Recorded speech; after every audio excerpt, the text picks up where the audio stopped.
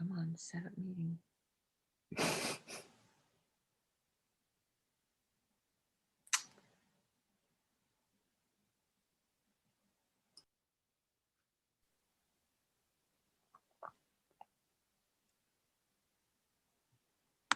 You guys see this one now?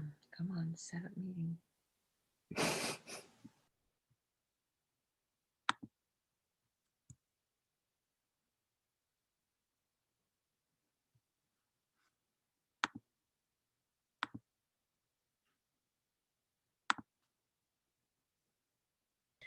Hello, we are students from Castro Valley High School, Black Student Union. And it's Triam. And today we will be presenting week 2 of our 4-week presentation about the history of African American music in America. This week we'll be discussing the music and history from the Civil War up until World War I. We have presenting for us today Tony, Secretary of Tri-M. And Banu, Event Coordinator, Tri-M. And Bree, Co-President of BSU. If you have any questions, comments, or concerns, please use the Google form in the description. We will respond to them once this part of the presentation is finished. Thank you very much.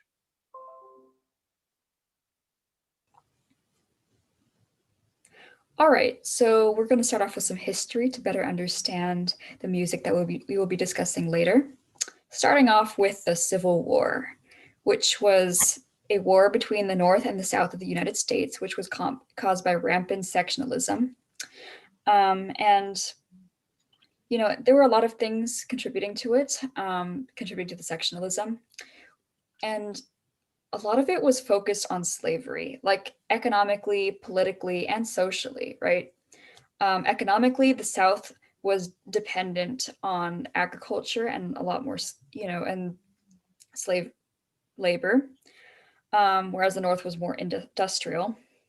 And the South socially just was very different from the North and a lot more blatantly racist.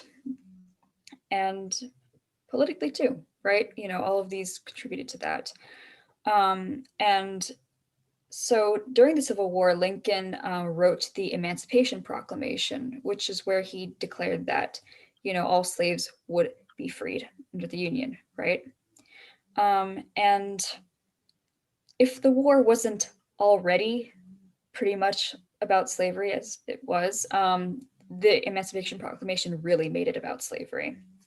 In that moment, he did not do it because he wanted to help slaves, though. Like, that is a common misconception that he was, like, you know, the biggest abolitionist, because unfortunately he wasn't. He did it as a political thing to make, you know, as a jab at the South, which was really holding on to it, you know, slavery. So, you know, as much as we do have to remember that Lincoln did do this, we also have to remember that it wasn't for the reasons we wish it could have been for. And it's important to hold him accountable for that too. So yeah, freed slaves would rebel in the South, and some slaves like Harriet Tubman would pose as spies. You know, slaves that escaped to the North, they might pose as spies for the Union. And the war gave more mobility to slaves in the South too, because they would be forced to do wartime jobs, right? You know, it was common for slaves to serve in Southern militaries as like cooks, or, you know, not on the battlefields, but on the sidelines. And because they had to be moving around a lot more, they had a little bit more independence, and this created a greater sense of unity and made slaves want independence even more than they already did, right? And, you know, and it just really motivated them too. The Civil War was also the bloodiest war in American history, with 620,000 Americans dead. And with that in mind, there were also a lot of African American soldiers that should be recognized for their labor, and unfortunately aren't given proper respect, as you can see here, because they did fight. Okay, so I will be talking about the Reconstruction, which was when 4 million slaves were freed in the South. Former slaves were offered jobs at now union-owned plantations where they were paid for work instead of having to do unwilling, unpaid labors, but they still felt that they should leave because they felt they weren't going to be free. They were also promised freedoms and reparations for slavery, but never got them. And things like the Black Codes and Jim Crow did not make them feel that they would earn that freedom or earn those reparations. The Freedmen's Bureau, which was reconstructed in 1865 to 1872 during the Reconstruction period after American Civil War, popular names for the U.S. Bureau of Refugees or Freed Slaves, was established by Congress to provide practical aid to 4 million newly freed African Americans in their transition to freedom from being enslaved.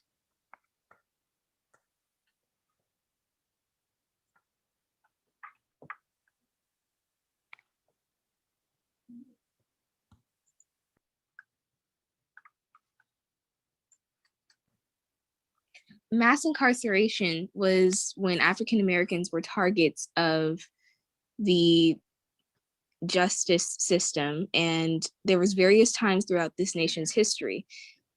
Prisoners were often forced into labors, building railroads, making clothes, and working in factories. Prisoners were often in chains while working, hence the name of chain gangs, similar to how slaves sometimes sang to build unity and keep times while working.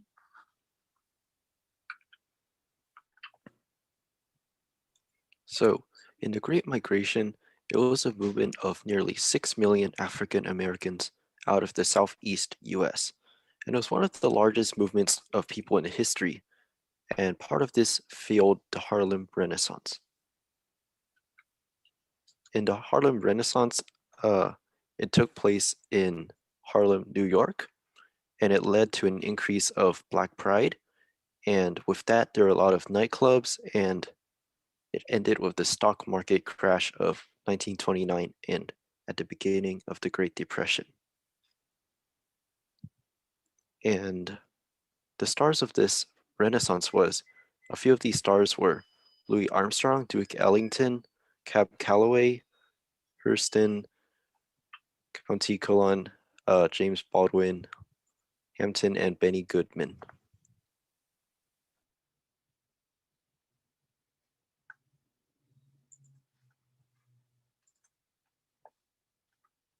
Remember to send any questions you may have to the Google form in the description. Thank you very much.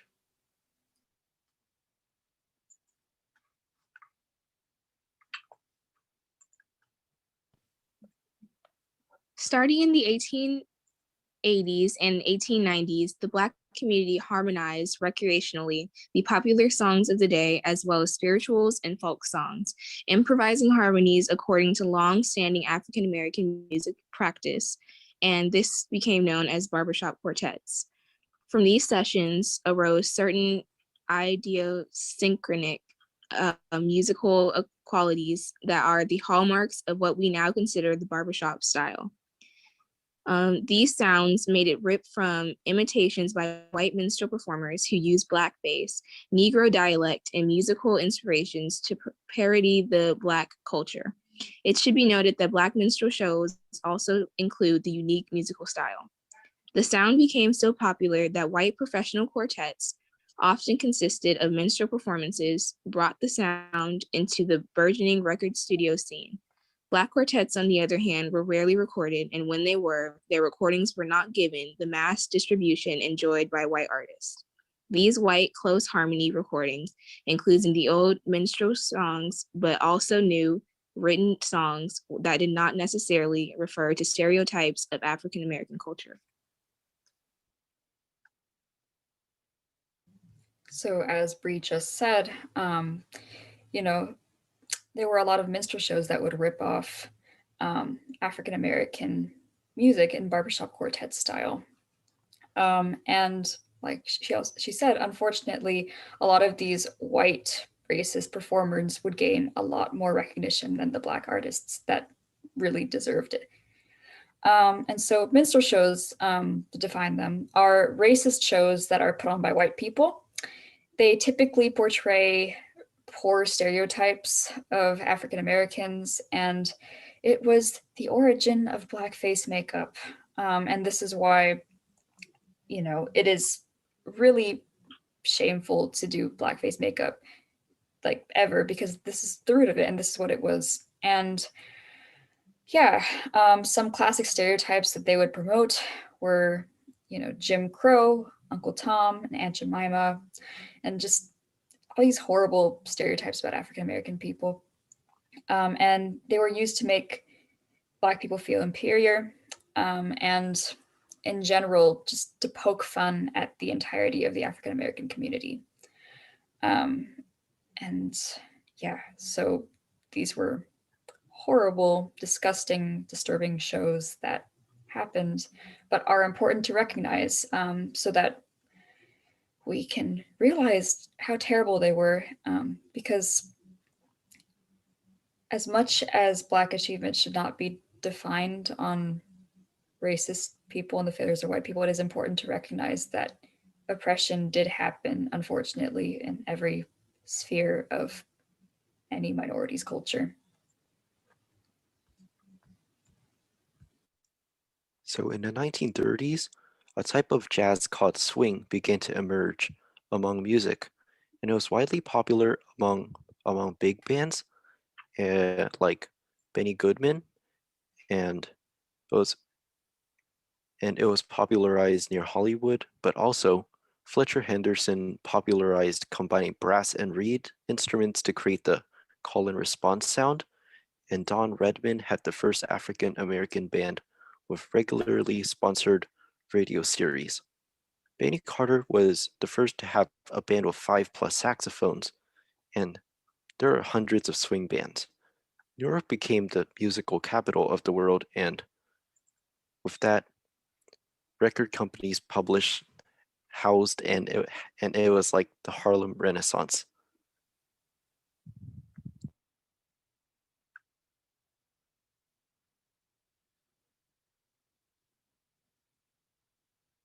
Oh, and the instrumentation, a trumpet or cornet would usually be the leading calling voice, with a clarinet or trombone as a response voice, and they usually had a sousaphone, bass, piano, banjo, or drums for rhythm.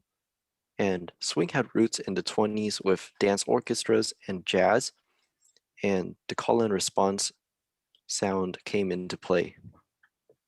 And these are some of the notable musicians.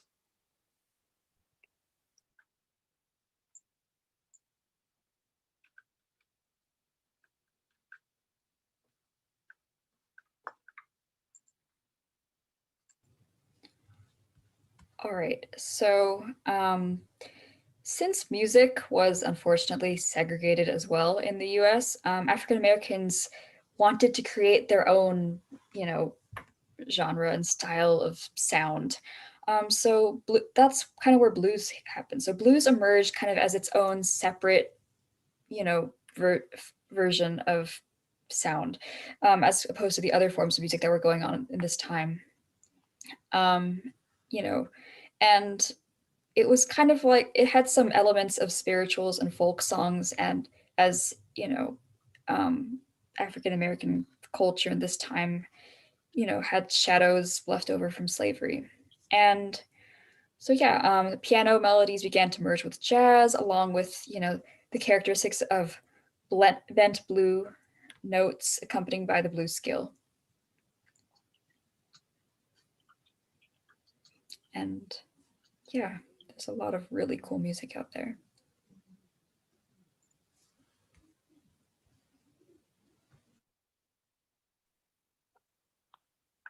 Lindy Hop is an African-American dance which originates from Harlem, New York City.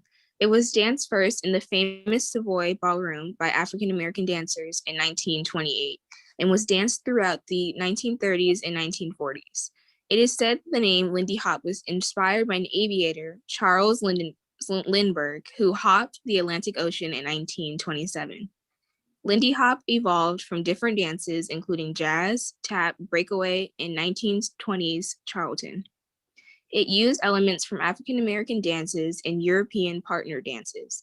The dance has different positions, open and closed, and steps.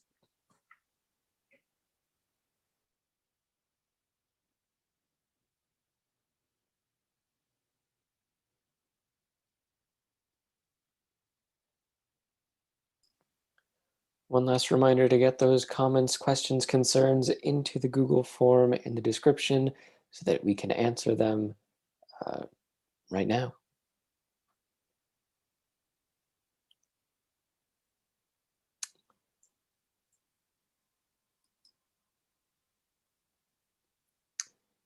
This is a list of the songs, videos, and websites we used in this week's presentation. These songs, videos, and websites will also be linked in the description of this video, so you can check any of them out if any of them seemed interesting to you. Yeah.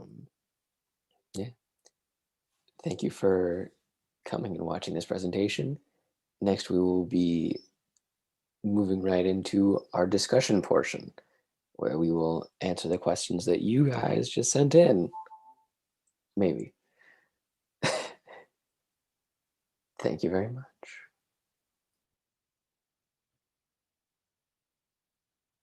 Such as poem, when the sun goes down, and even more. Songs were sung in a rhythmic Ms. Vancourt, please mute. effort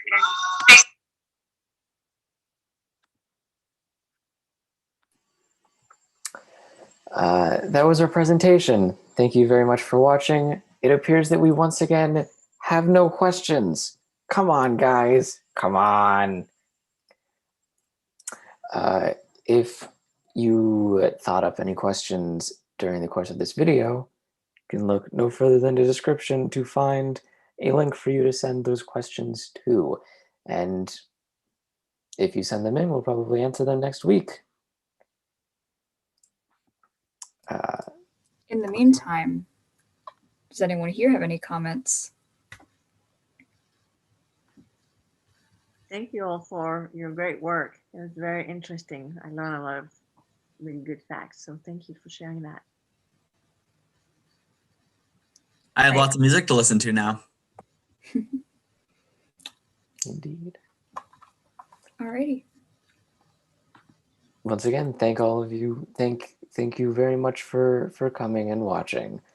We're also thinking of putting together a YouTube playlist of music from within this era, and so do check out our channel sometime, maybe later today or tomorrow for that, if you want some recommendations. Mm-hmm. And make sure to spread the word. Yeah, the more people who watch this, the better, always. So, yeah. Thanks, everyone. And we'll see you all next week. Thank you for watching. Bye-bye. Thank you for watching.